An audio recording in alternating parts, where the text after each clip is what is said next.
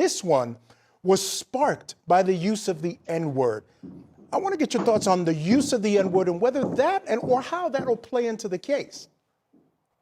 Michael, it's very important. It's the most disgusting racial slur one can utter. And given the history of what African Americans have suffered in this country, it really dirties up the victim in this case. It's someone who's drunk, someone who has a knife, and who's uttering racial slurs. So paints a very damning picture. I think the defense did a very good job in their opening statement. I think this is a very strong defense case. And I think the prosecution needed to own up to that fact, or at least address it in their opening statement and say, no, that's not true. Because right now, I think the defense is controlling the narrative. You know, week in and week out, we come here on court TV and we track these cases. And I say that the evidence is overwhelming and this is a strong prosecution case. But I can see why Eklund and Kirk are so excited about this one, because this one, I think, could go either way. Yeah, this is certainly going to be interesting. And I think the prosecution did suggest that he didn't use the N-word, that he said an expletive idiot, something along that line, did not use the N-word. That's their claim. And they're calling a number of witnesses. So I'm sure folks will testify. The wife's going to take the stand. I'm sure she'll say what he said. I'll start with you. Means and opportunity haven't been a problem at all for the state. They seem to have or be suggesting that this is in fact the motive. We know they don't need motive, but juries like to hear it, and this is what they're presenting. Does this hurt their case at all?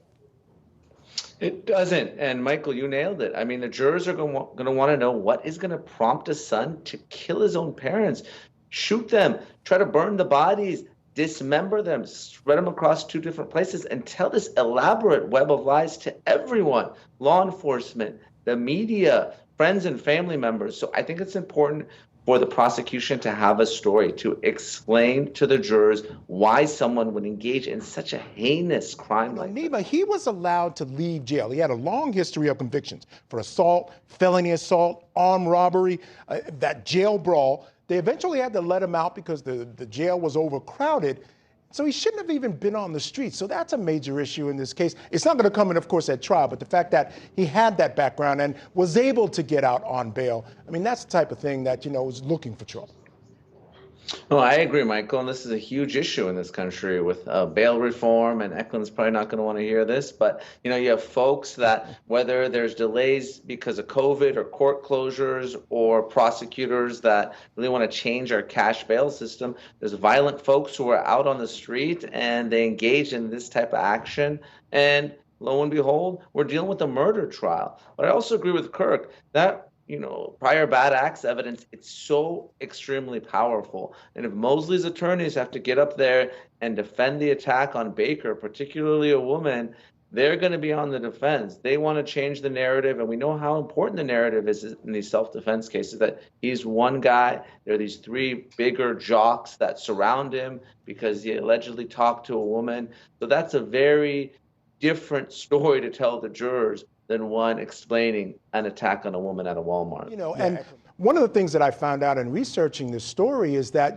this has been going on for a while and it hasn't really changed the landscape of women's sports.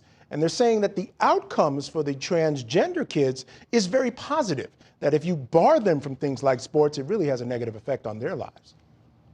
Yeah, Michael, we're talking about politics, but this is what the law is. The Civil Rights Act prohibits discrimination based on sex. The Supreme Court has held that applies to gender identity.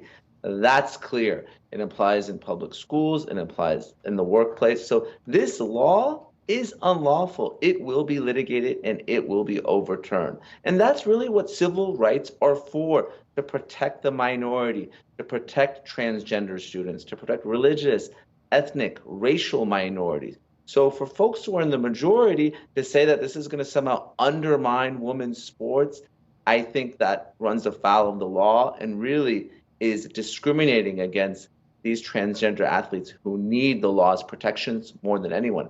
And that is the majority conservative Supreme Court that held that the Civil Rights Act protects transgender students and transgender employees. You're absolutely right, Kirk.